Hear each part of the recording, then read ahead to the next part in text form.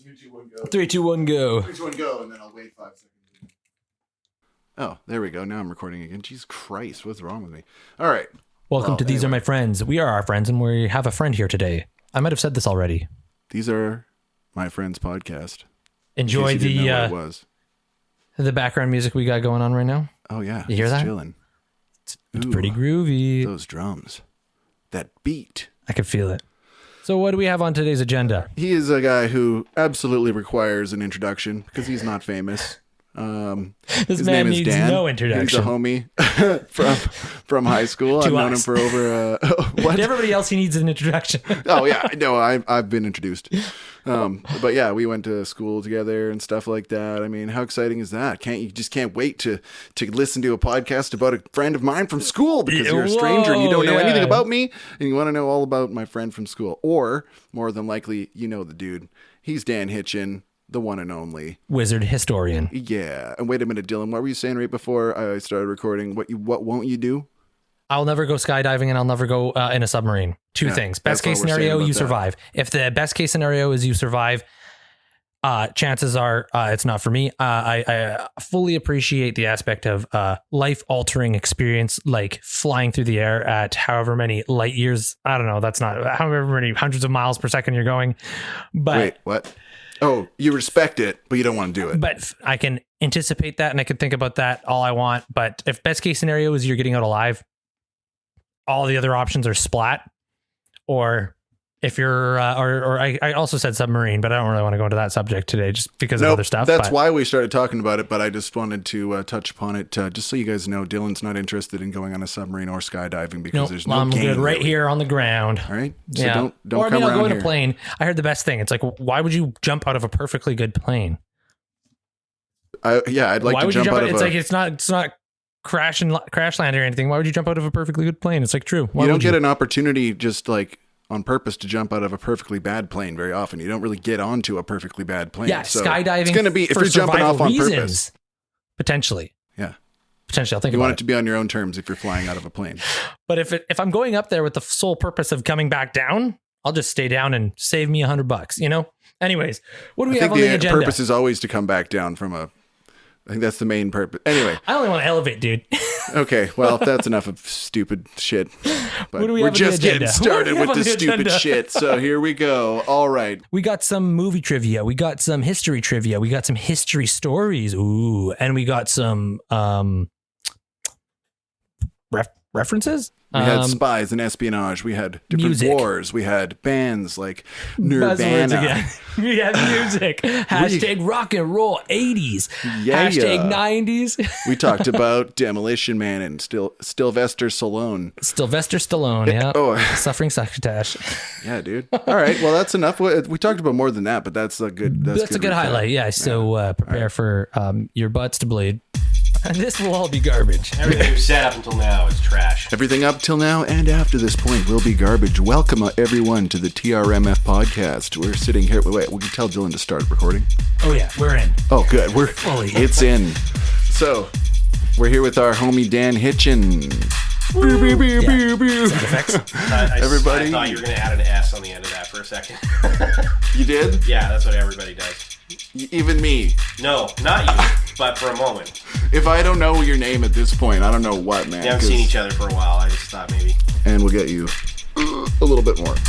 There, just to talk a little bit into it more. You're welcome to lean in on it a little more. Yeah, make out with it. Okay. That's better. But to answer your question, yes, basically. Back nom. Yeah, back and nom. Back and nom. Yeah. We've been pals since 2006 when we graduated. And the very last day of high school. Yeah, dude. The very last day of high school. Is when you became friends? Was when I became friends with like 3 dudes that I was like really good friends with after. Oh, like, wow. Yeah, it was just crazy. Wait till the whole school thing was over. Yeah. We were in video journalism, and so we were friendly. Like we actually hung out in the same group in video journalism, but we like barely hung out. Dan just went and chilled with his other like real friends during that class a bunch, and then yeah. But we actually started hanging out legit outside of obligatory school. By 2006, he'd become cool enough, so 2006. Wow, that seems like an eternity It took him ago. a couple of years, but Yeah. he finally made the cut. That doesn't mean I was cool. That means I was cool enough to hang out with him. Yes, He did it. that's an important disclaimer. Useless time, wasted time, meal spent is what it says here. So Dan is one of the most worst. Most worst. Yeah, it says. So actually, you can tell us, Dan. What did you have for breakfast today? So I'm going to read right off the notes because I can't think of anything to talk to my good friend Dan about. Are we started? Teleprompter. What? Started? Started what? Wait, what are we doing? Started what? Okay, go ahead. These are our friends. We finally have a friend on the podcast. That's how I wanted to open this up. You know, because this is a real podcast we're on. friend. Yeah, he's a friend. Yeah, that's one of the ways I want to open this up is that we actually have a friend. These are our friends. This is one of them, Daniel Hitchen. In the flesh. And he's a wonder wizard of history, is what I was told, and that says on his business card. Wonder wizard. A wonder wizard of history. I told Dylan earlier. Yeah, word for word. The other things too, I just want to make a couple corrections, not corrections, just callbacks. Two things from the last episode that'll be interesting for you to hear. Okay. So suturing. Did we figure out what that meant or no? Did you say suturing? Suturing. Yes. So I figured out what it meant. Because we were talking about a doctor, a neuroscience that was like a suture. Yeah, it's stitches. Up. Yeah. So we were talking about neuroscience that was actually trying to figure out how to cure strokes and such like that. I won't get into it because we got into it at the last podcast. But anyways, with LSD, and they were trying to actually cure physical ailments with LSD and such like this. Anyways, she tested it with a rat, suturing, and I was thinking that it was saying soldering, which is just so inhumane. Is it not suturing? It is suturing, and I didn't realize what that meant. But so she sewed the rat's eyelids closed. Oh, lovely, yeah. And then tried LSD. So suturing means to sew. So she sewed the rat's eyes closed. Rat walking around with aluminum eyelids. Marginally better. Terrible. Why, I wonder, could it not have been lots of tape? I don't know, but suturing was one. Hey, they're the scientist. I'm just the guy reporting it. But the second thing, we were talking about smells. We were talking about childhood smells. Oh yeah. And we didn't mention Halloween.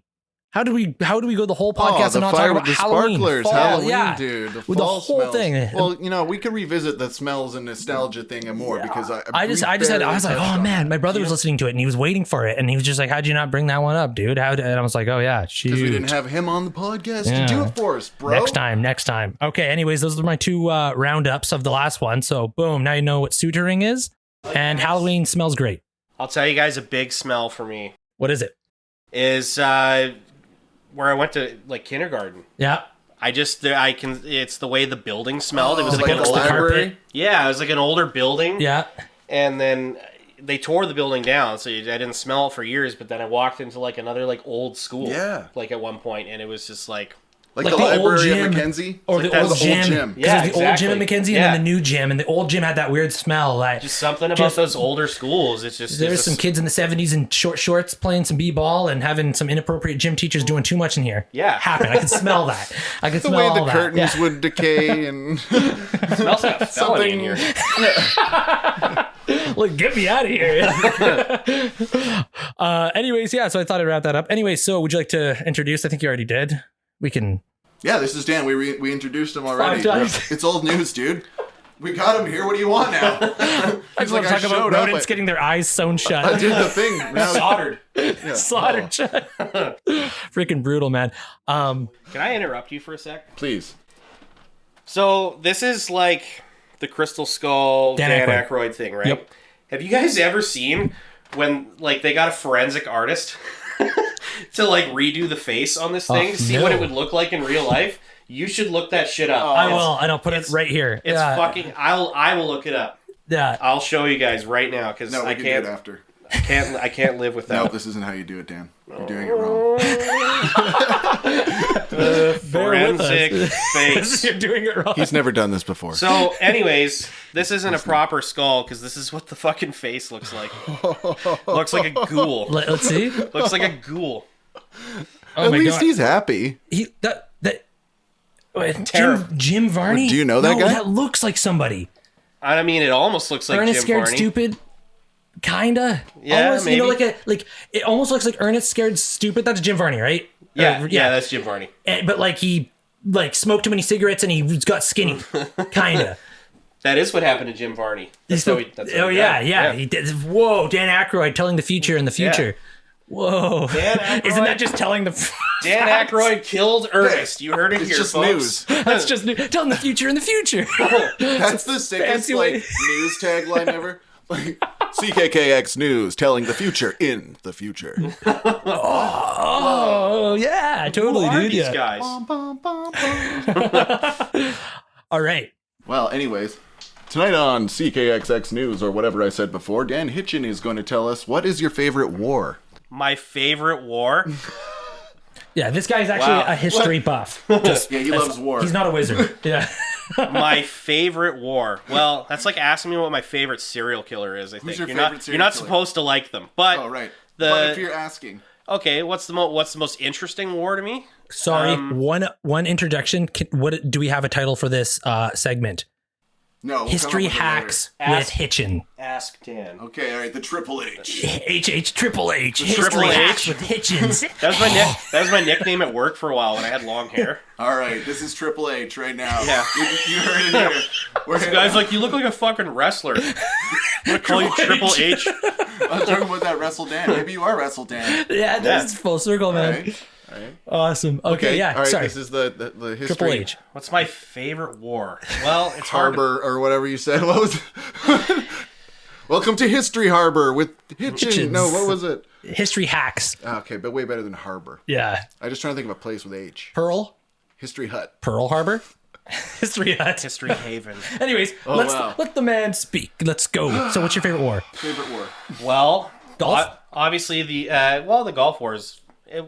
The Gulf War was only like a month long, so that's the thing with that. As long as they should last. There's not too much to learn about that, and it was on TV, so you've basically seen the whole thing like live. The two world wars are. So that that was your favorite? No, it's not my favorite. No, he just suggested it. Yeah. Oh, okay. The First World War is like hell on earth to me. So to them too, I think. To them too, of course. Yeah, no, and it's like personal. I'm so sorry for your loss. It's like personal too, because it's my great grandpa was in the trenches. I'm sorry for your loss. Well, he I'm didn't sorry die for your there. loss. Oh, good. Actually, his worst, he got gassed a couple of times there, but mustard. Oh, it's the worst kind. His worst injury was when he was working for the CPR on the railroad, and he got his foot caught in a tie, and a train ran over his leg, and cut it off. Lieutenant Dan style. Oh yeah, another Dan. Friendly fire. Holy crap. Yeah, that's brutal. Yeah, and then he apparently he had like the phantom leg syndrome in the hospital. So like, what's that? It's when you get like your limb severed, and you can like say you got your arm cut off, you can still sometimes feel that your arm is there, but it's not. Your brain kind of thinks it's there still. Yeah. So anyways, it's horrific. It being a new injury, he got up, stood out of bed, and then just ass over cheek cuddle. Yeah, face first into the floor. Oh boy, yeah, crazy stuff, man. Ugh. So he got his what's a railroad tie? Just like the wood part. The wood part. That's what he got caught, and the train got him. And then he got his foot caught between that and like one of the rails or something. It was like where they were maybe like switching the track. I don't know the whole story. Yeah, it happened like 100 years ago, and if I think of it vividly enough, it's very, very intense and scary. That'd be like just seeing a train coming, like fuck, my leg is gone, and you never do get out of the way. It's not like the movies where you at the last minute. It's like that's horrible. Yeah, he's just like, oh fuck, I'm gonna lose my leg now. Yeah, we're gonna put a sensory warning on the beginning of this podcast because some people get freaked out by that stuff. But continue. We're talking a lot about history, so it's gonna get gnarly here. I asked him what his favorite war was. But he was he was in the trenches, and he did almost die, but not kind of in the way that you think. Everything was done by horse back then, or they had like little railroads that they built to the trenches, but mostly things were done by horse. Like a significant portion of the stuff they brought over by ship to France was fodder for horses. Because there was like hundreds of thousands or millions of them there. So you have to, you don't really think about, everything was run by horses, but it's like the gas industry is actually like the horse feed industry. Yeah, right. Absolutely. And so I guess I don't, from what I remember, the story is just basically he was surrounded by like his dead friends, and like where you can see in No Man's Land horses have been killed. Well, horses, if they're just lying there, their abdomens expand with gases, and then they actually explode. Like ribs explode everywhere and shit. That's so scary. That's like in Diablo 2, you can click on horses and they explode, I'm pretty sure. Or the cows. You click on the dead cow and it like erupts. That's not a joke. That's really a thing. So, I gather at one point he was just pretty like overwhelmed with everything around him. But no, I gather he just like he got overwhelmed and he like fainted at one point. So he was just unconscious, but he's surrounded by dead people. And so they used to bring like a horse with like a medieval style like death buggy, like it was like the plague or something. And they just like scoop him up and put him on the buggy. He was one of the first, and they were just loading like his dead friends on him, and then like more people. They thought he was dead. Yeah, they thought he was dead, and then somebody, because all the weight on him, he was obviously awake, but he couldn't like really. He's getting crushed. Talk, but somebody heard him like groaning or like muffling. So, well, one of these is still kicking. Yeah. So they offloaded it, and then he lived. Wow. Holy. What a thing to live through, man. Jesus. You guys out there think you can write a heavy metal song, but you ain't been through shit. Yeah. The first World War. That's it's just it was industrialized warfare that they just didn't know what to do with. Like I completely remember ungoverned. How scarred I was just going to my first funeral and I don't even think I saw the body. I think it was just in the area of the body. Like I don't know if I've ever seen a dead person or not. Just knowing that you're in the vicinity of one. It just like the somber and just how sad I was and how like even that much affected me. Our society is really weirdly. We are in the West are super distanced from death. Like it creeps us out. Everybody's really weirded out, and it's not even our fault completely. Like we used to be way more in tune with it as like children and stuff because people would die way more often around us. And I think that I heard somewhere recently that it was actually like the funerary industry, like the funeral industry that kind of is responsible for this because they sort of like their business model was like, oh, don't worry about it. They started propagating the false information that as soon as somebody dies, that a body is like disease ridden and disgusting and you can't touch it or you'll get sick. Yeah. That's not really real. Like it's not roadkill. Yeah. Well, even that, like that they are part. Their whole thing is like, don't touch it, leave it alone. We'll come and you'll never have to do anything. We'll take care of everything as though it was never like that. It's just a business ploy to make. It's just a business ploy that's like, you need our services me be the middleman because for your dead bodies. Guess what? Now you have a toxic pile of scary disease. You need us to come in and basically act like a hazmat team. It's not the case, right? Really, it's just apparently a big fib. That's just what I heard recently, and I'm parroting another podcast as I do. Like that's crazy, man. Anyway, that's part of the reason like why we're so get the willies about any death at all. Like if you see that a body is near you, we've been conditioned to think that they're just sick, and going to explode like the cows. Yeah, pretend like death is not something that is part of life. But it's one of the only certain things in life. It should never ever be a part of life on that scale, though. No, nobody should go through something like that. But it currently is. Yeah. Always. Ever since then, industrialized death somehow is getting away with. No, I'm just saying in Ukraine it's the same way now because it's like it's like a repeat of World War I style. For the first time in a while, we're seeing battles where like tens of thousands of guys are dying, and it's just cities all are these being lives wiped out for no good reason. Yeah. Cities are being flattened and unreal. So it's like it's just a version of the First World War. Humanity's addicted to it, man. They can't stop bombing. They can't stop shooting and killing, you know? Yeah. That's right. But what's the next thing on the list? So your favorite World War was the first one? I was saying it's hard to pick a war that I'm most. I guess that's not the proper term. It's not what's your favorite one. It's like which one intrigued Everybody you knows the most? that World War II is the most interesting. It's the most colorful, the least disgusting. I'm just kidding. It's like horrific. It's it's the most violent event in human history. Yeah, it's easily the worst thing. But it is very interesting. The Napoleonic Wars are really cool because everyone makes fun of France for like surrendering all the time, but it took 7 coalition wars against France to put them under, and even then to make the peace, they had to bring France in to help make that peace because peace couldn't happen without France. So Napoleon was kind of France, like what happened to you? 7-0 on the score chart. What? Chart. He was more like 5-2. 5-2. Yeah, the last two coalition wars are the ones where the War of the Six Coalition is the one where he he got defeated and exiled to Elba, and then the 7th Coalition is his 100 days back, where he got defeated at Waterloo, and then he was exiled to the middle of the Atlantic Ocean.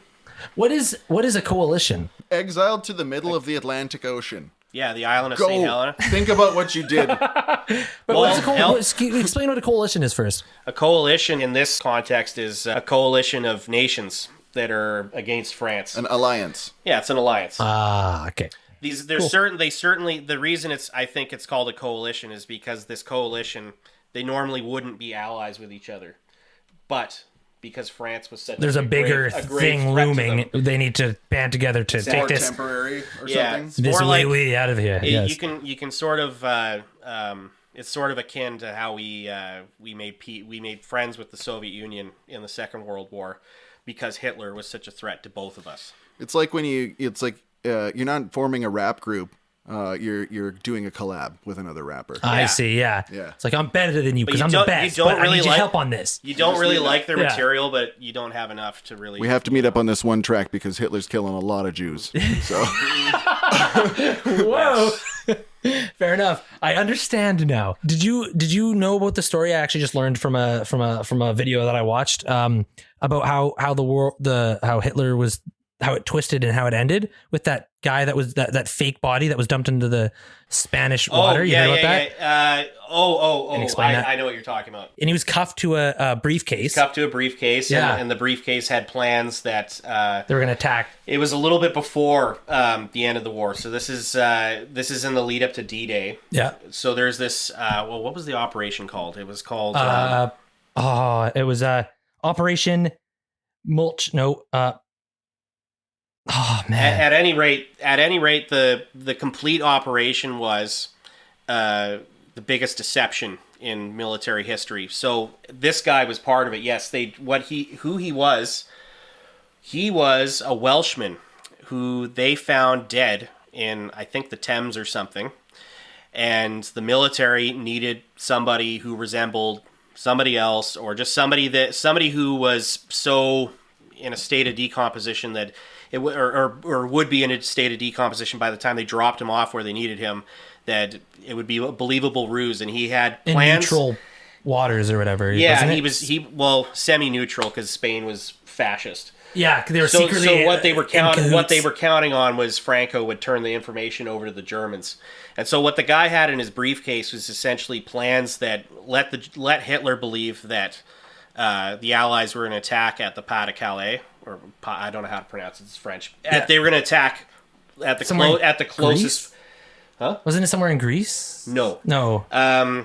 The closest part of France to England. Is only like 20 miles, and that's been the most logical way to invade France from England. Right, the biggest weak spot. Right? That's what. Yeah. So nobody was really expecting them to come across to Normandy, where they did go, because that's less logical than landing here, because the logistics in getting people that far across the ocean without getting noticed, and it's just astronomical. So anyways, this briefcase made the Germans think they were going to attack at the part that they suspected they would attack, and so that's what they prepared for. So they had fewer forces in Normandy for when the Allies actually did land there. Right. That was the whole idea. They didn't have near enough, and they were also like communicating on phones that they knew were tapped, saying that we're gonna attack here, we're gonna attack here. Yeah, and and another part too was it. They were led to believe that any attack elsewhere is just a diversionary attack. The real attack is going to be at Calais. Yeah. So and then there was a note. So if people did see, there's some activity, they're like, hey, it's a diversion. We know it's coming. But yeah, they just pulled this random guy who was a homeless guy who died from rat poison. Yeah. Wow. Yeah, he's a homeless guy. He died, and the military was like, okay, this guy has like military awards. That he was death. Not he did not agree to. It's so funny, man. Just like dying alone, completely like forgotten by your country, and then you just do such like a hero's deed as a corpse. Like he had a terrible life. He was a hobo. Yeah. He died at 33 or something like that. Yeah. And he probably saved a lot of lives in the end, man. And the reason why they picked him definitely did 100% he did. He basically, I think that's what a lot of people credit that to, like the beginnings of the downfall of Hitler. So that worked. That plan really worked. Like out. they got so many awards because they're like, so basically what I learned from that is that this for us, like layman's people, because I have to break things down to understand. But he was a hobo. He died. The reason why they picked him at the whatever at the mortuary. Person. What do you call those things? Where dead people go. The morgue. Morgue. Yeah. He was an unhosed person in a morgue. Mortuary is like a funeral home. Oh, okay. So yeah, I was close, but not. Yeah, They're way more expensive. He didn't have that. So then the reason why they picked that guy was apparently because he nobody would really notice that he was missing because he was just a homeless dude. Yeah. So they picked him. They put him in all general attire. They made him like a high enough class where it was believable, but not too high where they could easily look up and be like, that's not a real general. Yeah. So they put that much planning. They got a girl from the army to write a whole letter, like a love interest, an engagement ring. They're going to get married, a whole backstory.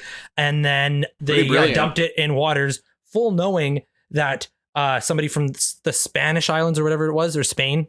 Yeah, they dropped him off Spain. Was going to find him and even though it was supposed to be a neutral place and they weren't supposed to give anything over to Hitler, they did, which was all part of the plan. It was Operation Mincemeat. Oh, okay. Operation Mincemeat. Is that what it's? Yeah. Okay. Oh, wow. Operation Mincemeat. And then they, so that was all according to plan, that they're going to give it to Hitler. Then Hitler opened up this briefcase that was tied to this hobo and saw that they were going to attack a different place than what they've been talking about forever.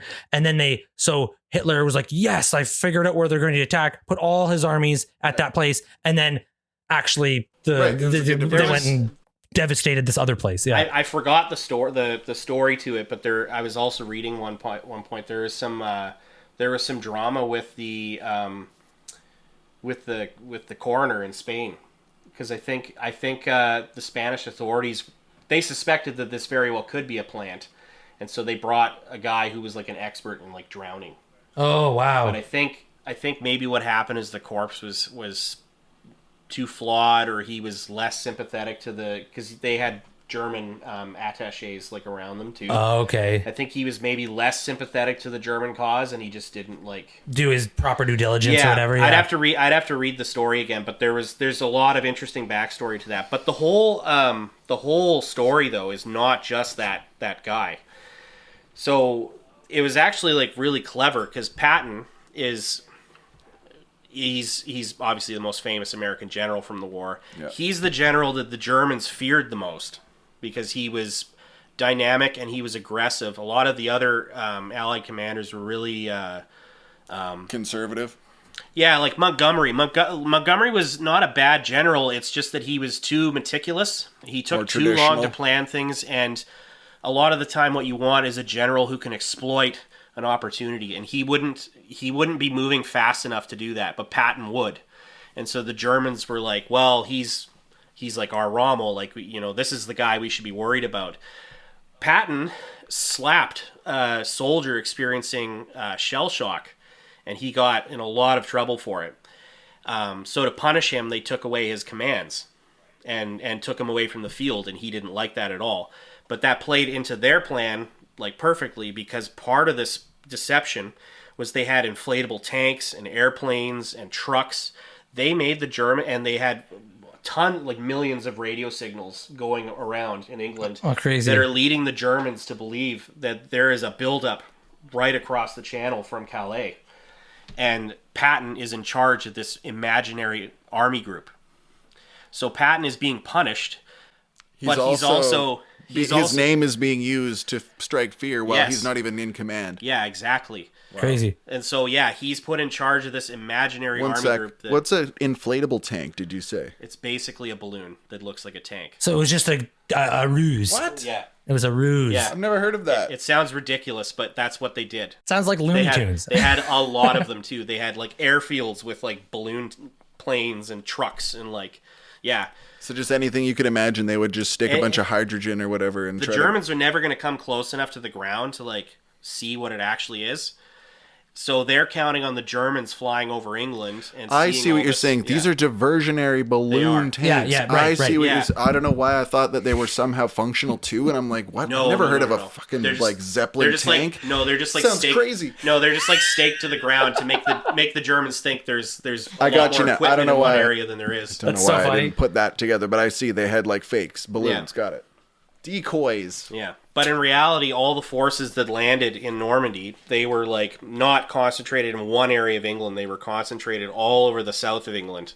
And that's just one stroke of World War II. And that's another part of the planning is you got to get them all to the same area at the same time. So you got to account for how long it's going to take a ship to get from Bristol, which is around like a peninsula at the south of England, to get around, wrap around that peninsula, get to your forces. Yeah.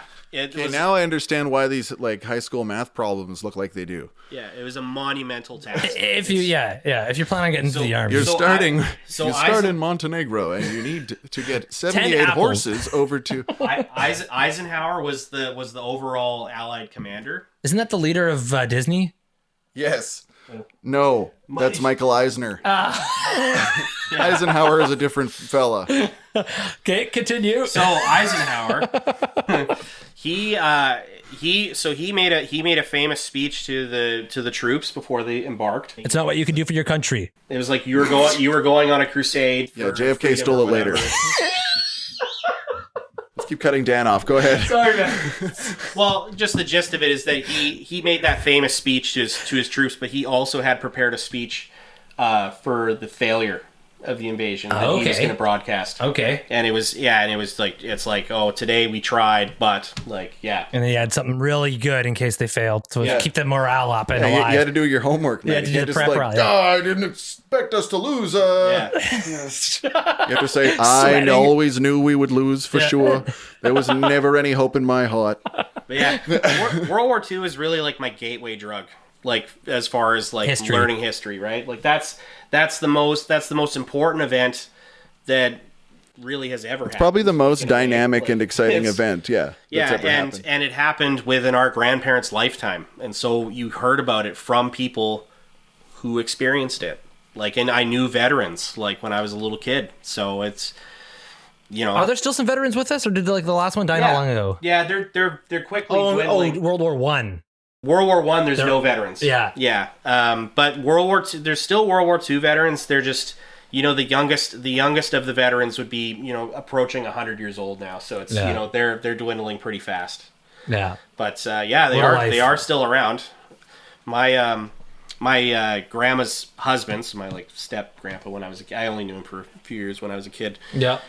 He was shot in the shin or something. Like Hank Hill's dad. Yeah. You ever hit your shin on the coffee table? Well, he didn't get his shins blown off. But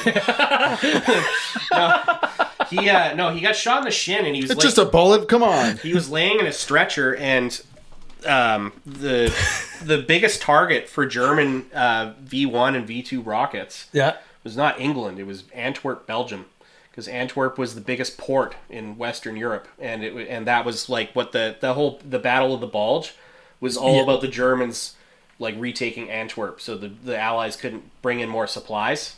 Holy. Yeah. So wait, so he got shot in the shin as he was on a stretcher? No. He was on a stretcher after being shot in the shin. Oh, okay. And he was in Belgium. Yeah. And I think he was telling me he saw some like rockets coming down. And he actually witnessed this from a distance. Yeah. No, they weren't coming down around him, but like he saw them from a distance. And he's like, those are gonna fuck up some people. Yeah, again, it's one of those things. Those are rockets right there, yeah. I wish I could tell you the complete story, but it's something I heard when I was a little kid. No, that's still terrifying. Yeah, that's crazy. Yeah, it sounds like something Metallica wrote a song about, yeah. Yeah. Awesome. Okay, the next on the list. It's funny that we're going on the list. I just was like, had some point for him. I was like, what's your favorite political debacle? Just, what is your favorite action movie based on a war? Yeah. Okay, I was going to do a speed round for Dan here. There's a bunch of different favorite things here, but first one, it's like... What movie comes to mind when I say? That's such a funny way to do it. It's just like, it's great. It's just like, what is your favorite dictator? What is your favorite? You're just sitting there I want to know Dan's favorite shit. Yeah, next. Yeah. I'm not supposed to have a favorite. Damn it. Dictator. Entrapment. Yeah. Yeah, I know. Yeah, I was going to go quick. Okay, so the quick speed round when it comes to mine, when I say who's your favorite actor? Okay. Who's my favorite actor?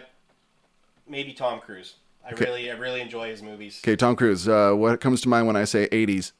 Sorry, you got to also hop on this mic. I'm sorry. Oh, for me, the 80s. That's all about Arnie. Arnie. Pepperoni 90s. Pizza. More like Jim Carrey. I watched a lot of Jim Carrey when I was a kid. I just loved him. No shit of a lie. Next thing on the list says Arnie. Oh, really? Yeah. First thing comes up with Arnie is Conan.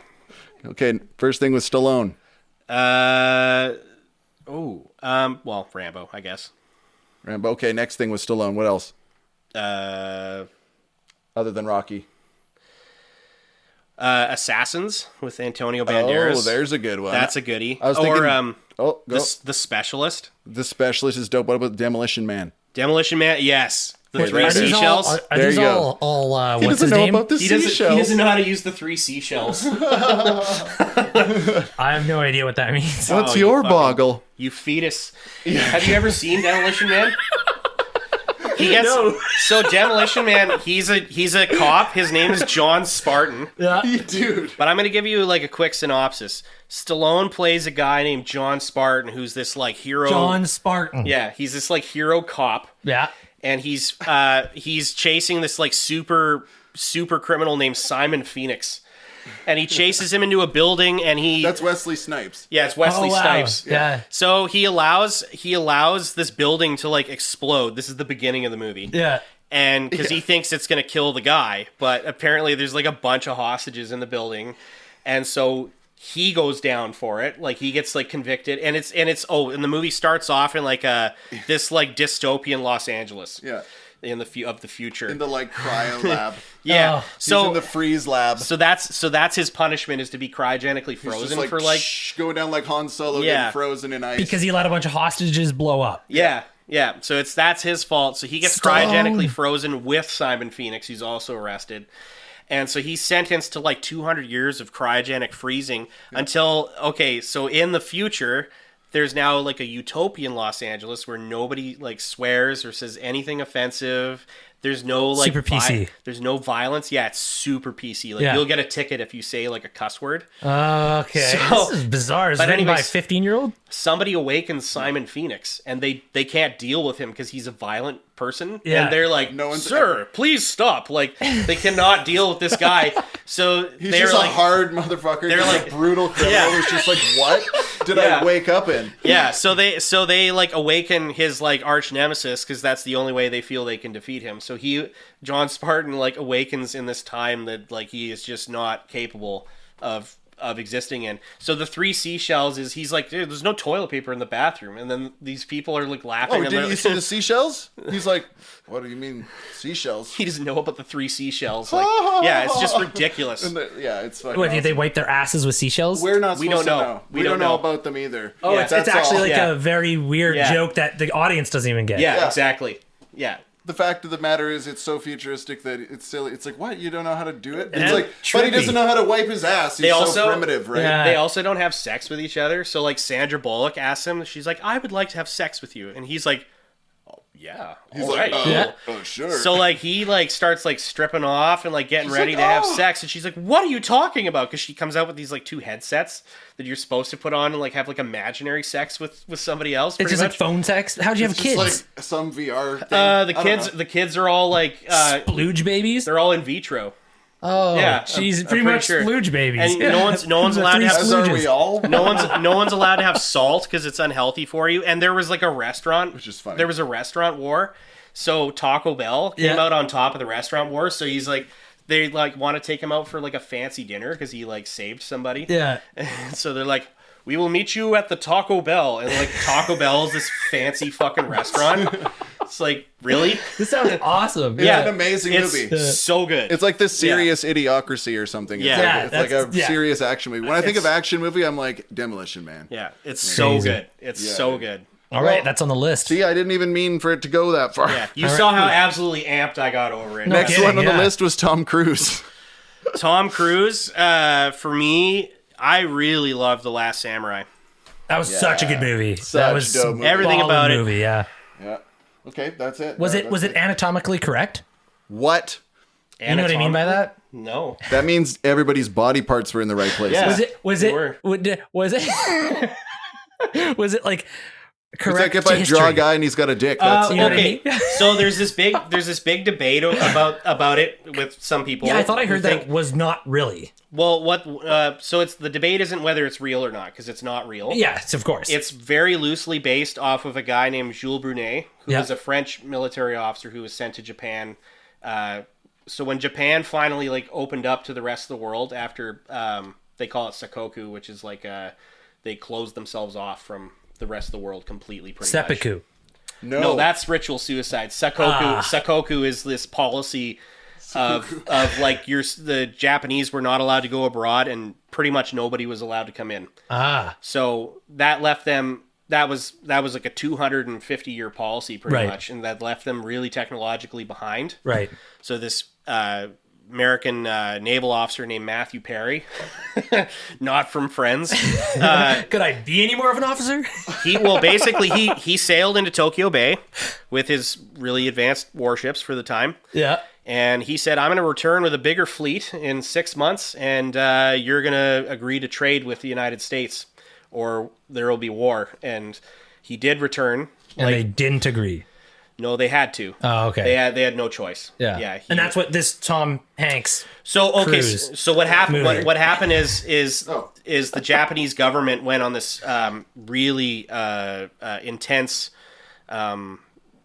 modernization. I don't know the word I'm looking for. Super quick industrialization. They really wanted to catch up with the rest of the world, so they brought in who they thought was the best of the best. See. So they brought in British people to help build their navy because Britain had the best navy. Okay. They thought until the Franco-Prussian War that French had the best army. So at first they had French military officers like Jules Brunet, and then after that they said goodbye to you and brought in the Germans. Yeah. Which is crazy. Yeah. So Jules Brunet was part of that. So what you're explaining, this is what The Last Samurai was kind of loosely based off of. That's what it's kind of loosely based off of. So what the argument though is that I don't agree with is that it's one of those white savior movies. Oh. Where like, oh, it just has to be this, you know. Yeah. I could get into it forever. Yeah. I just don't think it's one of those movies because I think the movie is a little bit deeper than that.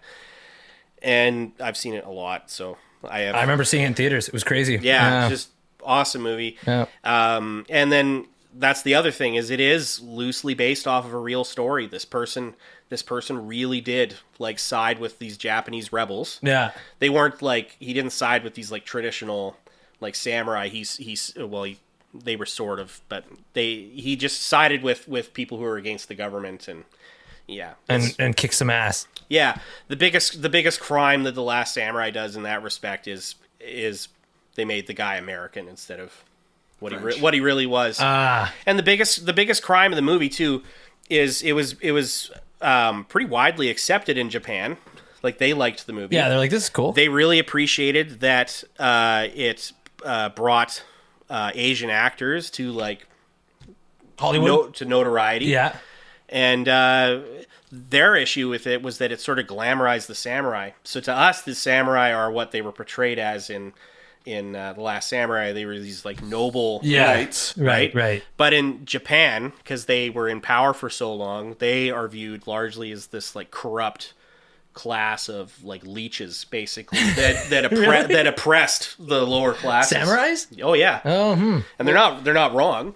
It's a difference maybe between like I guess like a chivalrous knight is what we think of them as, but really what they are is like a big fat feudal lord that is basically making a bunch of people work. But our knights were the same thing too. It's like we tend to romanticize them sometimes, but it's like really they weren't there. They're just shitty landlords, man. They had an oath. Or knights.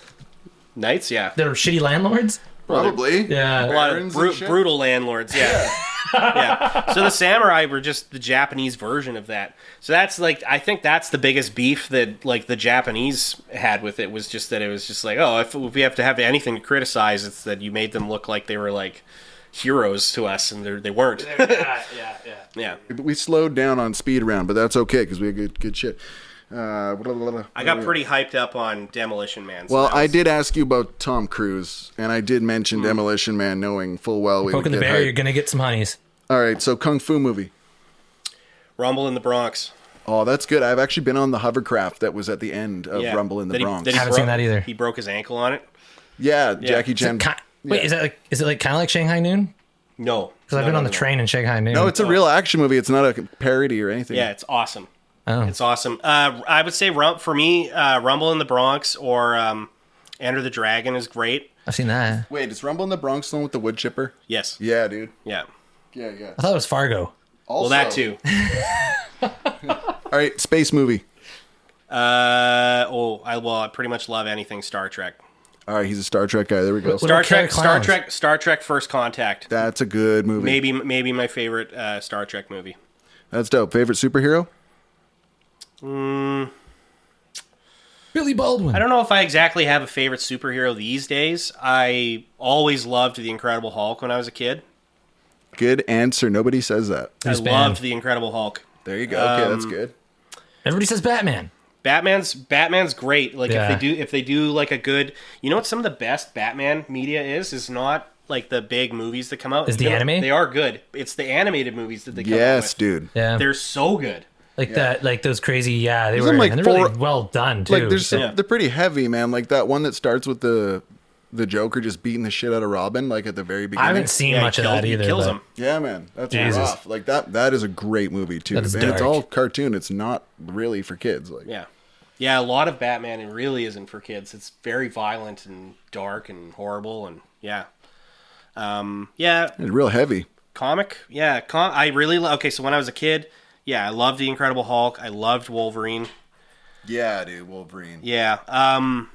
I love Gambit though myself. I really like the Fantastic Four. Is Gambit the guy with the card? Yeah. Gambit's the card guy. I like that he Cajun had guy. that cool staff. But Fantastic Four, I also love. The Thing. It's clobbering time. It's clobbering time. Yeah, Mr. Fantastic, the Invisible Woman, and the Human Torch. I had some Fantastic Four movie that I was always disappointed didn't have the Human Torch in it. It had some little robot dude that was their friend instead, and it didn't have the Human Torch in it. It was brutal. Did the robot burst into flame at all? Never Because once. that actually is the original Human Torch.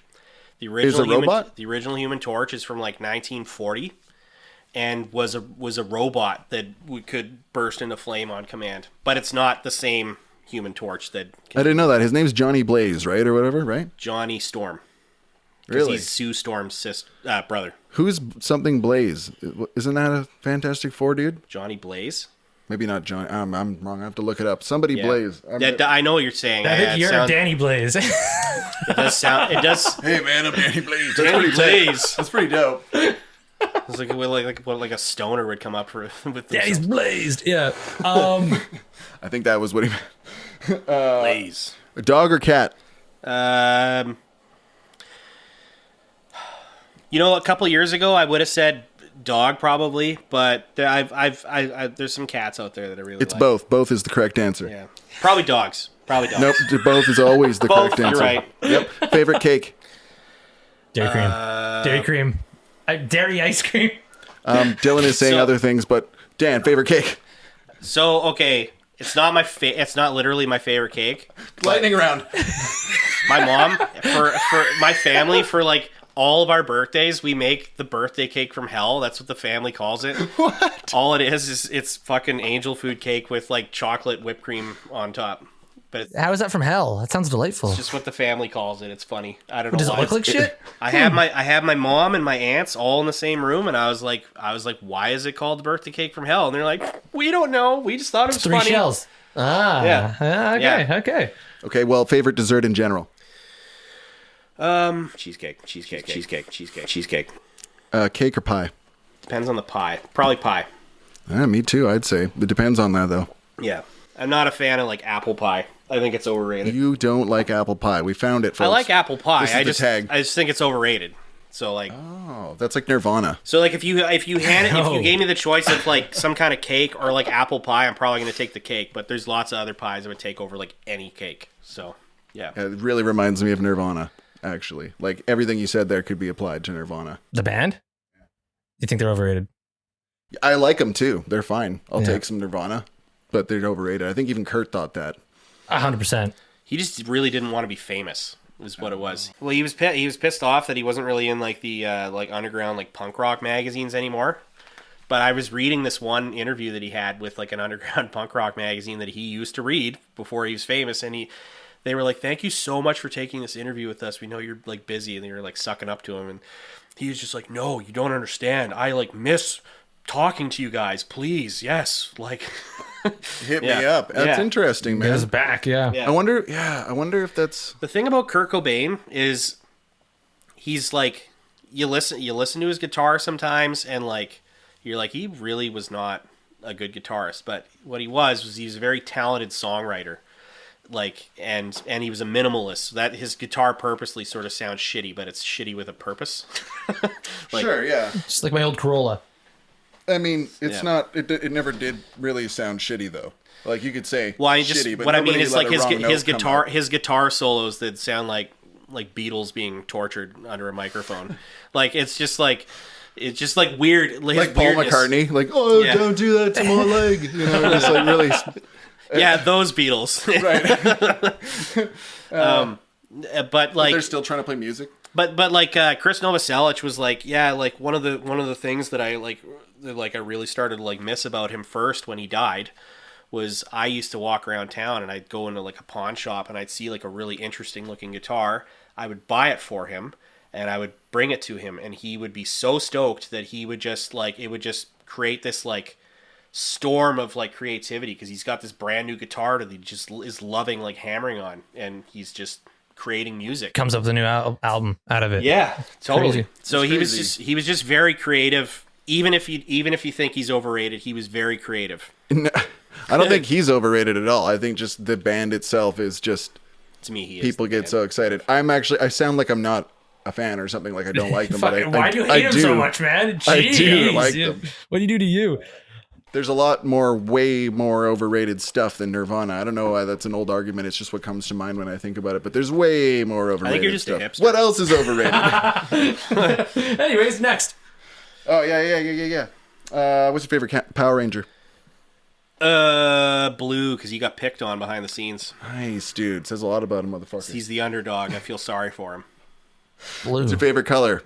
Blue. Oh, that makes more sense that's now. Why. Yeah. Your favorite music? Nirvana. Nirvana. I love her. My favorite music is rock. I guess generally rock. Okay, favorite band? Foo Fighters. Any of your favorite music untouched by Grohl? My favorite music untouched by Grohl. I really love Lindsey Buckingham lately. Cool. Anything by him, like his solo stuff and Fleetwood. I just have been. That's what I've been seshing lately. Okay. So I go through phases of like obsession. So I mean, I think that's pretty typical, and then you come back to it and find a love again for it after a couple of years and stuff. Yeah, cycles. Yeah. And then that was pretty much open-ended. That was the end of it. No. Of the lightning round that took a long time. That was the slowest. But now we know round. a lot more about Dan. I was just wondering if any memories of us came to mind. If I would just throw that out there, you'd probably have something that you could think of. Always. Memories of us. Remember that time? I'm gonna open my drink. It's the loudest thing in the world. Holy shit! Sorry. Remember that time you? This is a former girlfriend of yours I'm talking about. This is before you were dating her, but it's when she was going on a date with somebody else, and he was this like total geek. No, this friend group of ours that we were friends with. It was also on like the last day of high school, pretty much. They were like total hipsters. Yeah, they were great. But a lot of the people they hung out with, I was kind of like iffy on. Yeah. But she went on a date with this like guy, and we went on a date as well. We followed them in. No way! We just the thought old newspaper with the two icons. Not on purpose. No, we did it on purpose. Did we? Yes, we did. What do you mean? So we went, was this what you anticipated, Dan? Dude, they were going. Yeah, we were creepy, is what it was. No, what happened was we definitely like. So we knew she was going on a date with this person, and so they went to Stranger Than Fiction with Will Ferrell. Right.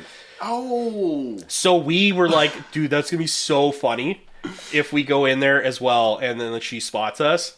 So we did. We went into the theater and we sat like a few rows behind them. That now. Yeah, and she did see us, and she totally was just like, motherfucker. And then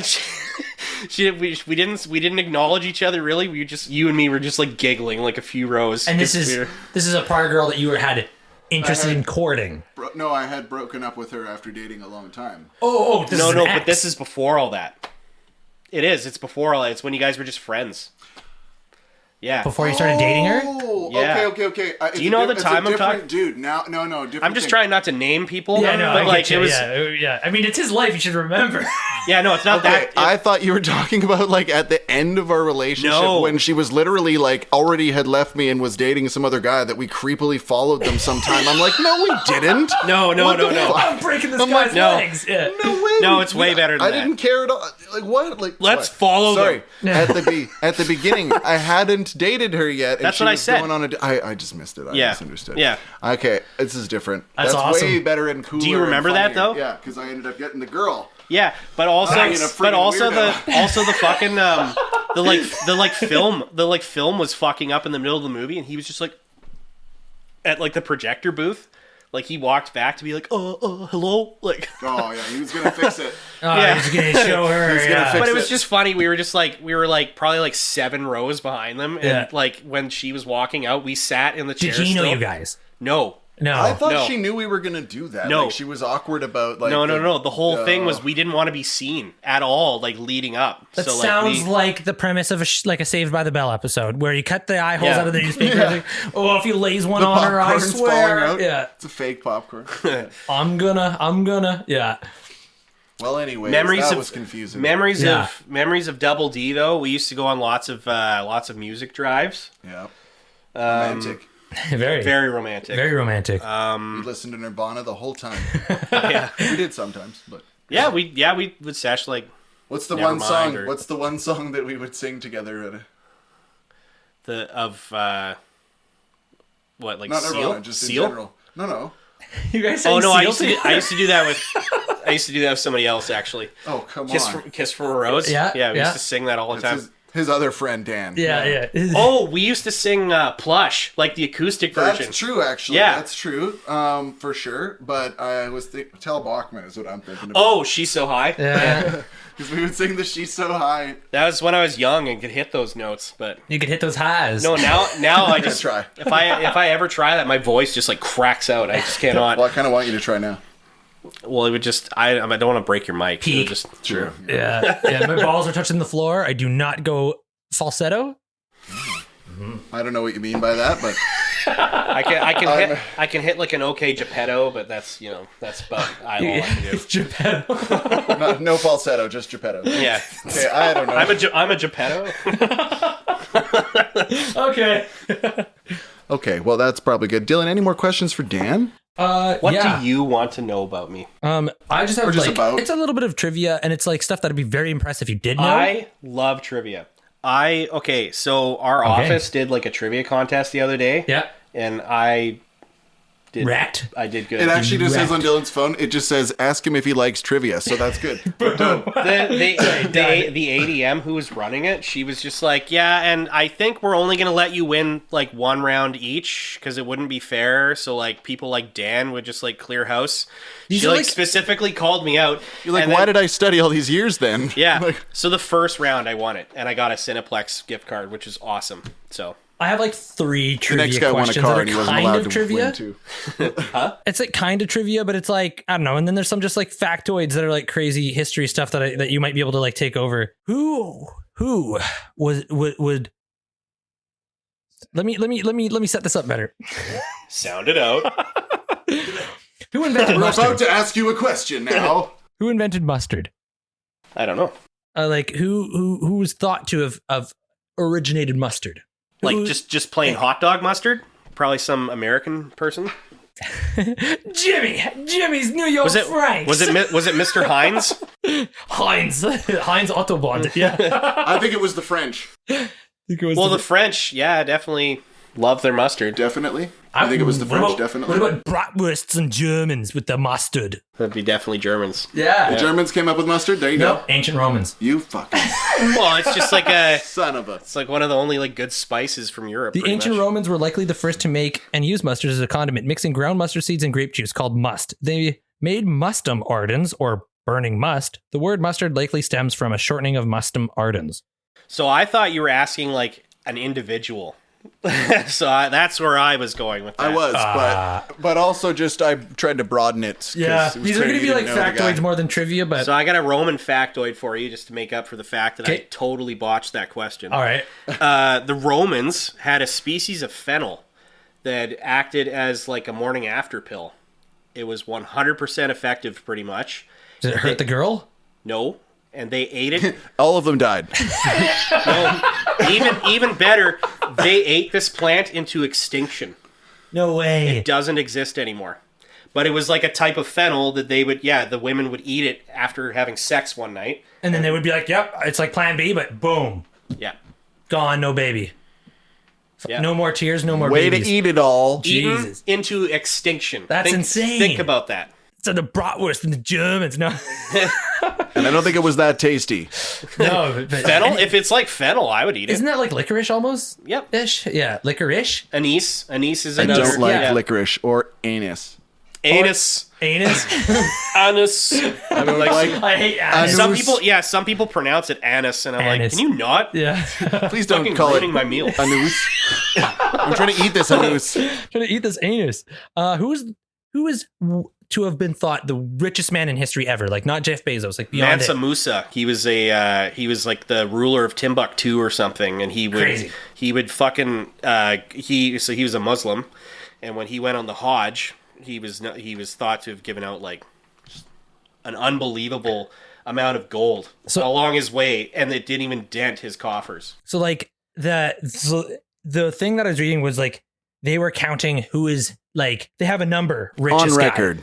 On record who is the richest guy, and it's Augustus Caesar with a net worth of, into this day's standard, 46 trillion. If you like, if you Whoa. If you were to liken how much. It's because Yeah. he was the ruler of the Roman Empire. But then it did say the Mansa Musa is thought to have been much more wealthy because they couldn't even come up with a number for him. he just had gold coming out of Yeah, his they ass. literally couldn't even. But More but than the thing, that. But the thing is they don't. There's many lists of who's the richest person in history, and on some of them, Mansa Musa is the number one. On some of them, you have like people like Augustus Caesar. Yeah. On another one, there's a guy named Jakob Fugger who was a. I think he lived. Bless in, he lived in like Augsburg or something. He lived somewhere in what is now Germany. Yeah. And he was a banker, and he bankrolled like the emperors. Oh. Wow. And do you So- think he's like Mitchell Musso or whatever? Mansa more rich? Musa? Yeah. Is he richer than him? It's hard to say because they don't. Yeah. It was off the books. You can't go around telling everybody. with Augustus, with Mansa Musa, with those guys, with Jakob Fugger, it's maybe like a little bit easier. Yeah. Because he had a bank. Right. He had records. Right. People like Mansa Musa didn't. Yeah. And Augustus Caesar, maybe he did, but they're lost. Yeah. Because he lived so long ago. Yeah, How much of it is it- hypothetically around 46 How much of it trillion. is spendable though? When you have when you're Augustus Caesar and your worth is And, like, there's spread no over iPhones back countries then, and so what do you countries, buy? like countries and countries of assets. How do you liquidate that? Like how do you Launder? quantify it? Well, it's like Elon Musk is the richest man in the world, but he has a net worth of like $200 billion, but he cannot spend $200 billion. It's just that's what It's all tied his up in all assets sorts of stuff. put together are. Right. He has more cash than like I will ever But when, dream of. Is this true? Isn't there like some drug lords that are technically richer than him, but it's all laundered money and it's all hushed assets? It's what we think they could be worth. Putin is another Yes. one of those. Yeah. Putin could be a trillionaire. Oh, wow. Well, he's- it's all lying and He's completely in control of Russia. All those oligarchs, there's many of those oligarchs that are worth like tens of billions of dollars, but he can take it away from them if he wants. And it's that's Putin's money. Putin. Jesus. You start thinking about it though in terms of that size of like human power, and you start thinking like, yeah, sure, you're a billionaire and you have private armies and stuff, but when it comes to running Russia, it's like, how much is that worth? Holy shit. And the thing is, like, we can't know how much Putin is actually worth. They can just suspect. It's like, oh, if he controls things to this degree, then he's a fucking trillionaire. Yeah, right. But with Putin, the only thing we know for sure is that the Russian president makes such and such an amount of money on his salary, and Putin has palaces. That's like Right. that guy that was a spy for the Russians, and he got Ames or whatever. Aldrich Ames. Yeah, and he got busted because he had his FBI salary and he was like balling out with mansions and cars. And they're like, we know what we pay you. How do you have all this? And they knew that they had a mole. Yeah. And then it was the guy who's got snitch life blang blang everywhere. Have you ever seen that movie? He was blanging too hard. You ever seen that movie Breach?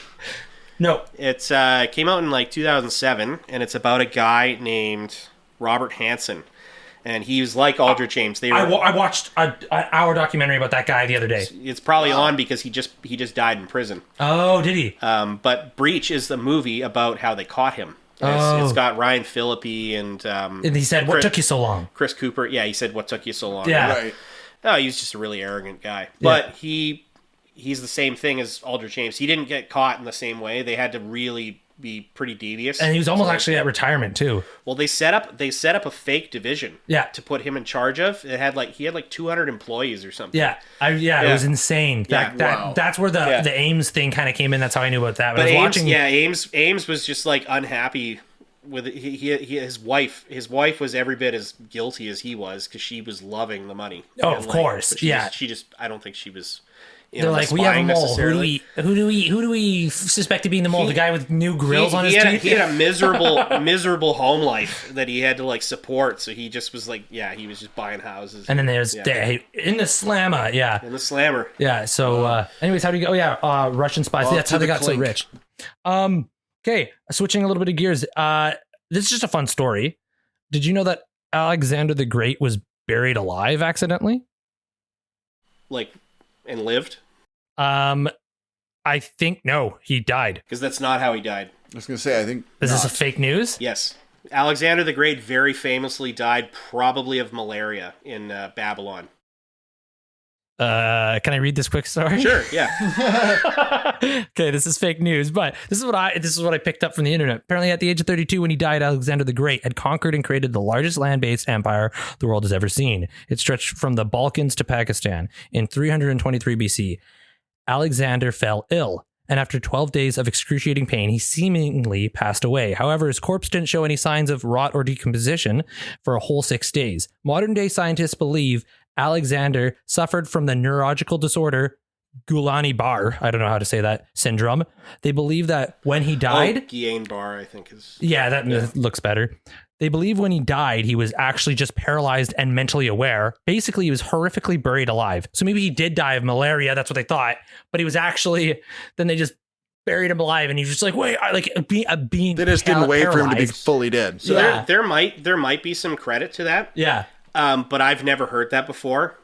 I know that he was... Because it says he died from being ill, and that's what they thought. He was very sick, and he did die. And he died without naming an heir. Or at least, he died without naming an heir. They were begging him to name an heir. Yeah. So what happened after he died is his empire was split between the Diadochi, who were his top generals. Right.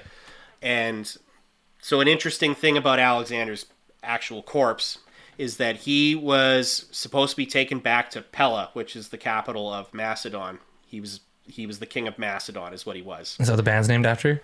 No, not Mastodon. Not Mastodon. Macedon. Okay. He was Macedonian. Okay, fair enough. So that's where we get in French. Sometimes if you get mixed vegetables, like chopped frozen vegetables, like peas, carrots, and corn. Yeah, it'll be like legume Macedon or whatever it is in French. Yeah, and it's because he figured out if you chop the vegetables up into little cubes, you can pack more of them. So you can pack more food, and that's why it's called that. That's a fun fact. Fun factoid. So here's the fun fact about Alexander's corpse. Yeah. He was supposed to be taken back to Pella, and he was put on this great carriage, right, with his sarcophagus on it, and that carriage was intercepted by Ptolemy, who was one of the Diadochi, he's one of his generals, and Ptolemy ruled Egypt after he died. So instead of taking it there, he took it to Alexandria in Egypt, and Alexander was buried there for many centuries. His tomb is lost, and it's one of those great sad tragic mysteries. Well, it's just one of those great treasure hunts that people have been searching for. Alexander the Great? Yeah, they are searching for his tomb. How would they find him? He's just gonna be super scared, clawing at his coffin because he's buried alive. Digging. He's unconscious. Jesus. Yeah. They thought he was dead. Obviously, he was so unaware that he Yeah, apparently there's like some It's paralysis. like in a coma, probably. Paralyzation, whatever that word is. So do you remember? That's Do you the one. remember recently that the uproar over Jada Pinkett playing Cleopatra? It's like, oh, she's black. Like Cleopatra wasn't black, and there's like a big uproar about it. Yeah. But people were like commenting like, oh yeah, Cleopatra was actually not Egyptian; she was Greek, and that's true. She's a descendant of Ptolemy. Oh, She's the last. She was the last of the Ptolemaic dynasty. I got another crazy story for you. It's about Rasputin, and this is this about his death? He's heard of him. yeah, Okay. yeah, it is about his death. Yeah. How did you know? Is that the only interesting thing about that guy? No, it's not. He's a lot. a very interesting person. Grigory. How'd you say his first name? Grigori. There you go, like Gregory Peck, but Russian. Yes. Rasputin was a Russian mystic and supposed holy man. He became friends with the last Russian Tsar and Tsarina. Over time, he came to influence the Russian royals, much to the displeasure of many members of the Russian nobility. This, combined with his drunkenness and lechery led to several Russian nobles forming a plot to assassinate the man. They invited him over to one of their houses, gave him cakes and wine laced with cyanide, all to no effect, and then shot him in the chest. To their horror, Rasputin started to cough, and they realized he was still alive. How did they fix the problem? The nobles shot Rasputin 2 more times, once in the head. Finally, they threw his body in the frozen Malayan Nevak River. So he like, and the rest of it is giant. He was pretty tall. Was he like Andre the Giant? No, I think he was like 6.5 feet or something like Tall, that. skinny, handsome. The end of that story is that when they pulled him out of the river, like from under the ice, Yeah. and they did like an autopsy on him, he had water in his lungs. So he was still alive. That part I think is a pulled it myth. in. I think That's just like the Disney version. That was the fun story. It's just like after all that he drowned. No, he fucking died like a normal person. They shot him and stabbed him a bunch of times. Yeah, like a normal person. They shot him, stabbed him a bunch of times. I just like picture as savage as it is. I just picture like just a guy just like eating cyanide and just getting a mild indigestion. It's like, you got Tums? Yeah. And then they're like, what is wrong with this guy? And then they shoot him, Tums right here. Bam. Back. Then he comes back. He's like, what the hell just happened? Like, what the fuck is wrong with this guy? Jesus Christ. Yeah. Well, you know what lecherous is, right? Like he'll steal your girl. Yeah. Oh, is that what that is? Yeah. Apparently he smelled awful because he never bathed, but he was constantly having orgies. Yeah, he was steal So all you the just smelled like that was like another thing. Primate. Rah Rasputin, lover of the Russian queen. Well, there were many rumors that the Tsarina and him were sleeping together, and they're probably false, but it could happen. Yeah. Life's a crazy world, man. Yeah. And did you know that 100 million years ago, the Sahara Desert was inhabited by galloping crocodiles? Galloping crocodiles. Back then, the Sahara Desert was a lush plain full of life and also full of predators. In 2009, fossil hunters found the remains of crocodiles. These remains had large land-going legs that were capable of galloping across the land at breakneck speeds. Well. They could easily snap an unlucky dinosaur in their jaws. There you have it. Galloping the crocodiles. unlucky dinosaurs. I'm really glad they're extinct. And That's freaky, man. A galloping crocodile? How many years ago did you say? 323 BC, I think. Or no, that was when Alexander died. That was right. He was eaten by a galloping crocodile. That's all meshing together. Yeah. Stay away from the Sahara. We warned him. It just has a long time ago. 100 million years ago. 100 million. So 300 million years ago, the entire planet was inhabited before dinosaurs, before everything. It was all like what, Dan? Proto-mammals and like other reptiles. That was What's a proto-mammal? Basically, like up to like 9-foot sea scorpions is basically what it was. Oh, there's that. Yeah. Sorry, those. Basically, just that, and their only prey and predators were each other, just bigger versions of these giant fucking sea scorpions. So where do these meat puppets come from? Proto-mammals, though, are they're basically, I think they're called synapsids, or maybe one section of them is called synapsids. So they look very much like reptiles, and they basically are, but it's where reptiles and mammals start to diverge. And the platypus. So they're not mammals in the sense that you... Duck otters? They're not mammals in the sense that you might think of a mammal, but it's the very beginning. Oh, that's But yes, trippy. So what Dan's talking about is like 300 million years ago, there was a shitload more carbon dioxide in the atmosphere, I think that's what it was. And so all the arthropods, like bugs and shit, were way bigger. So you have like dragonflies with like 3-foot wingspans. That's terrifying. Yeah, and like he said, like sea scorpions that were like 13 feet long,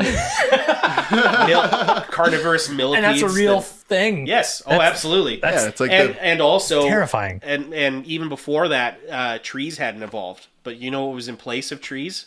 Fungus, like big stalks of fungus that were like the size of trees. Ew, like just green bushes of fungi. Yeah, and then Gross. like when they would fall, when they would fall, like there weren't the bacteria that would like normally like decompose like that or like a tree. So a lot of the really ancient trees and these like fungus towers, they would just petrify because there was nothing. They would just fall and that's it. They wouldn't rot. They wouldn't do anything. Oh, There's and then no creatures. That's how we have them. Is they just sat there and petrified over millions of years. Holy crap! Yeah. The decomposition is from the bacteria eating away at it and breaking it down. All right, and then that takes me to the next thing. Do you know when the first pair of underwear was invented? No. That was 200 million years before. I'd be curious to see who invented them. The first pair of underwear, as we know it today, is thought to have been created in England in the 1700s, despite the fact that loincloths are thought to have been worn as early as 3000 BC in That's Egypt. what I would think of as like ancient underwear. Yeah. Ancient underwear. Underwear It's also overwear. Underwear isn't like a garment. Like in like The first time people started wearing two pants. like, oh man, I keep getting shit streak on my jeans. How do I prevent that? Underwear. Mom's like, you know what? I'm sick of this. You're going to get some burners underneath that, okay? Just some cheap ass burners. Someone's got to invent toilet paper Yeah. for this guy. Expensive. Trees are hard to mill. And then the last thing I got. So you've heard of the Battle of Troy, obviously. It's what, the Trojan War? The Trojan War, yeah. Sorry, breaking the house. My apologies. What about? Can you tell us of the Battle of Roy? Can I see how it's spelled? It was a Scottish clan battle that took place. He just reads it. Oh no, it might. I know. It might remind me. No, I don't know it by. It just sounds like the Battle of Troy, but like bigger. Or like Just it's longer words. just longer words. Yeah. Trojan Roy, the Battle of Roy. No, I'm not familiar with that one. No? Nope. Okay, well, let's start this podcast. It's like, dud. Tell me about this cool thing. Quick, He just stop reads recording. it. Stop recording. Nope, haven't All heard right, of it. there Okay, goes our- next. I read it. All right, I'll tell you all about it now. I'm going to have to change all the SEO now. So apparently the Battle of Roy was a Scottish clan battle that took place in the year 1570 in the read country of Sutherland. But they didn't. They didn't know. read your mind. I know. I'm just trying to teach Dan something here. It It's was- actually not very often I get to teach Dan something. I'll It tell was you what. fought between the forces Alexander Gordon, 12th Earl of Sutherland, Chief of Clan Sutherland, and Donald Sutherland. No, I'm kidding. And the forces of George Sinclair, 4th Earl of Caithness. I think it's Katniss. Katniss. I'm not sure. No Chief one of, cares. did you read all that fast? Yeah. Holy shit, man. I skimmed it. The Earl of Sutherland's force consisted primarily of the Marys or Morays, the Abercross, who, despite their name, were not part of the clan Murray and Atholth. Anyways, what was the point of this? 8th, the Duffeth, who was descendant of the old Sutherland Earls. The whole reason was that the name of the battle sounded a little bit like Troy to your brain. That was my reason. the whole thing. It was just Okay. like, it's, you know Troy? Like, who was that? Brad? When I'm done editing this, there's going to be like 12 minutes. It was like the Japanese translation of Troy.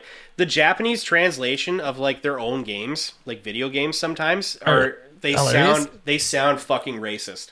Really? Like Metal Gear Solid is a Japanese game, and in Japanese it's Metaru Gear Sordu. Like it's like holy fuck. Like that just sounds like someone making fun of you. Like And that's what it translates into? Exactly? Metaru Gear Sordu is like how it reads. Oh, really? Yeah.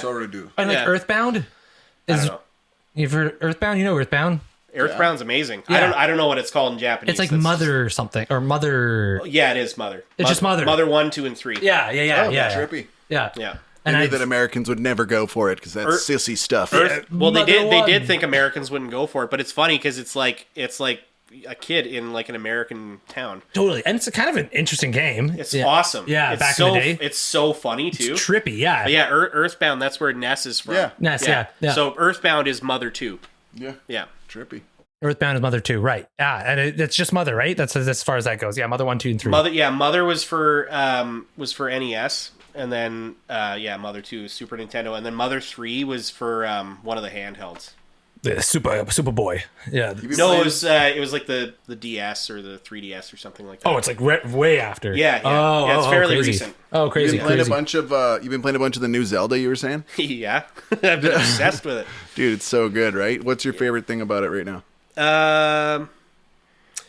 I really love exploring Hyrule, and I was wondering how they would make Hyrule interesting again. Because before it came out, they kept the depths like a secret, and so I was like wondering, I'm like, how are you gonna make the sky interesting? Like, but the sky is just one component of like all the new shit, and then Hyrule itself is just still fun to explore again. So like the vastness of it and the fact that they changed up Hyrule enough for it to be interesting again. I just love walking around killing ghouls, man. It's just great. Yeah, dude, they put Gibdos in it. Yeah. It's so sick. What's a Gibdo? A Gibdo is like a mummy. Yeah, it's like a mummy, the zombie. But they're like invincible except with like elemental attacks. So like crazy. Fire. Which war was this from? The Great War. We're talking about which war? We're talking about the Great War for Hyrule. This is from the imprisonment war or whatever they call it. Yeah, the imprisonment war. The imprisoning war. Imprisoning war, where they imprisoned the Ganondorf. But the wow, Demon King. the Demon King. No one is Spoiler confused alert. about who the Demon King is. You look at him and they're like, wow, that He Demon looks like a King rotted is- version of Ganondorf, probably someone else. I have zero clue what y'all Cannot are be talking him. about, so it's all good.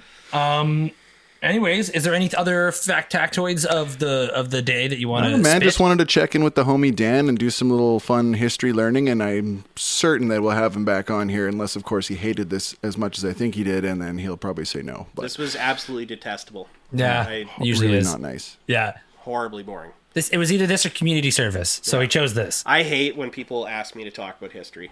It's his least favorite. And dinosaurs. I hate when people ask me about dinosaurs. He learned all that stuff to try and keep it inside. What about for him crocodiles to with know. long legs? Was that fair enough to ask you about? I'd love hearing about that. I'm gonna actually Cool. I'm gonna look that shit up when I get home.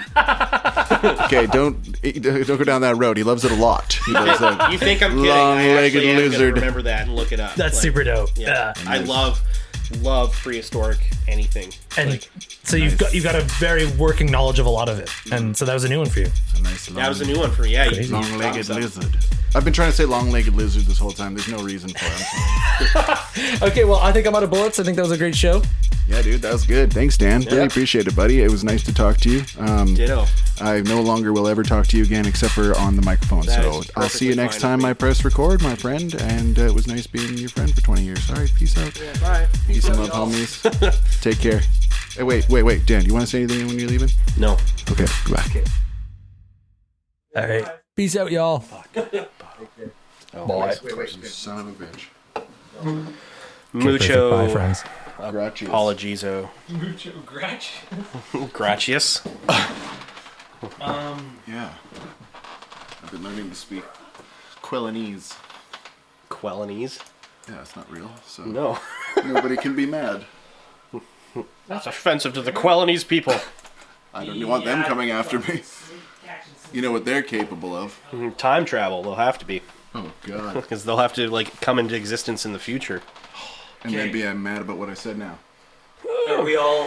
But don't you know that, like, in the infinity of everything and the infinite possibilities, that the Quelanese people are indeed in existence already somewhere? But just by probability? By probability, yes. The universe is huge. Yeah, the universe is so big that I can just make up a word and that is an entire race of people somewhere. And the really intelligent species on the other planets like have mouths like ours, so they say words like Quelanese. They don't even say it like that, though. It's just the only way I can say it. There's probably multiple Quelanese now that we're talking about it. That's what I'm saying. Yeah, there's actually like thousands and thousands of 100 billion people races. Different Yeah. Quelanese. Yeah. What? Nope. Y'all good? I think we're good, man. Fuck, we could have had so many things if only we'd thought of them. Yep. It's okay. But you're good? Yep. No, we're good. I'm good, I guess. Making me think about if I'm good or not. Fuck. My self-esteem is shot. Look at this cat, man. The cat on the top is just a lump. Like, I can't really tell what I'm seeing. It's just a ball of cat. You know, like those things in Zelda that are just a blob, you know? The jujus? Juju, yeah. Or are they choo-choos? Choo-choo, yeah. Choo-choo, yeah. Yeah. So, a choo-choo just blobbing along, like that's what that could be. Imagine it was just like an amorphous blob that had fur like that, and it was just Dylan's pet blob. Dude, amorphous is a word I've been thinking of like all week. Yeah? Yeah, you know when you get like a word stuck in your head? It's been leading up to this moment right now. It has. Okay. Somebody else in my circle has used it. Did they? You. Oh. You were in my circle then. You said someone else had. No. Like before me. Yeah, no. Turn that down a bit. Would anybody like a Gatorade Fit? Ooh, maybe later. I'm okay. Actually sounds really dope, please. Thanks. I should have had this before I went and wasted this water. Can you throw my water out, please? I like not to have this water anymore. I'll drink it. I'll drink the whole... I feel like I should be sitting down because of this camera, but I should be standing up because of this audio. So the camera's going to see me standing up like, I always talk to my friends this way. Point it more at you, because I got a louder voice. Oh, yeah. That's a good call. And I have way better things to say than anything you could possibly have come up with. Oh, yeah? Mm-hmm. Look, I just said one right now. Let's check this out.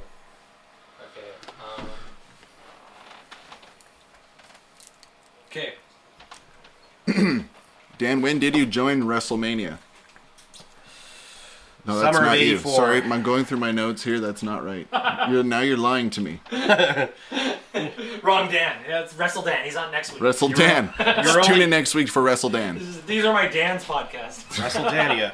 We could probably come up with like an entire season of These Are My Dans. These are my Dan's. I know a lot of Dans. What's that sound? Wow, you I'm actually hearing like the do fucking plane taking off. Is that my laptop just... Yeah, it is. My fucking... It's just exploding. Holy shit. Chill. Chill, bro. You actually do have questions for me. I'm just trying to chill, bro. Y'all like... Have you seen that video? Never mind. No. The little tiny dude in prison. He's a little white dude, and he's like acting like... forget it. Hello. Hello. Hello. Hello. Hello, please. Hello. Hello. Please. Hello. I love how other people say the stupid thing my dad coined. Hello, please. Hello. Hello, please. Answer the phone. Hello, please. What? Very stupid. I like Your it. dad is like the emperor of The dumb things to say that just stick in your head for some reason. I love his like physical pranks too. Like The Emperor? What do you mean? New Groove? well, he's like, what's the spoon? Or is it the plastic wrap or the spoon one that he did with the door? Oh, I don't know what he had all kinds of ones, man. He would stick like cutlery up in the top of the bathroom door quietly so that when you open the door when you leave it's like clang, clang, everyone. It scares the shit out of you. You're like, this is good. That's why I grew up like this. I just remember one time Afraid to leave the bathroom. you were asking him something and you guys were having a conversation in front of me and I probably just was rambling about something stupid. Well, you asked him a question. He's like, I don't know, Dan. You'll have to figure that out in your own mind. Isn't that the only way you figure out things? Like, you'll have to figure that out in your own mind. In your own, it's just the way he said it too. In your own mind. Yes. My own mind. He was a real condescending guy. Yeah. Kelly Law. Never asking for help again. I figured out everything in my own mind now from now on. You passed, right? All right. Okay. Well, anyway, so I had some notes here. Let me know when you're ready. Just to help me. I'm ready anytime. I've been recording for a very long time now. Oh, great. Yeah, it's okay. It's easy to sync up. You hit okay? Yep. record whenever you want. Okay. This will all probably be garbage, but yeah, we can start whenever you want here. This will all be garbage. Everything we've said up until now is trash.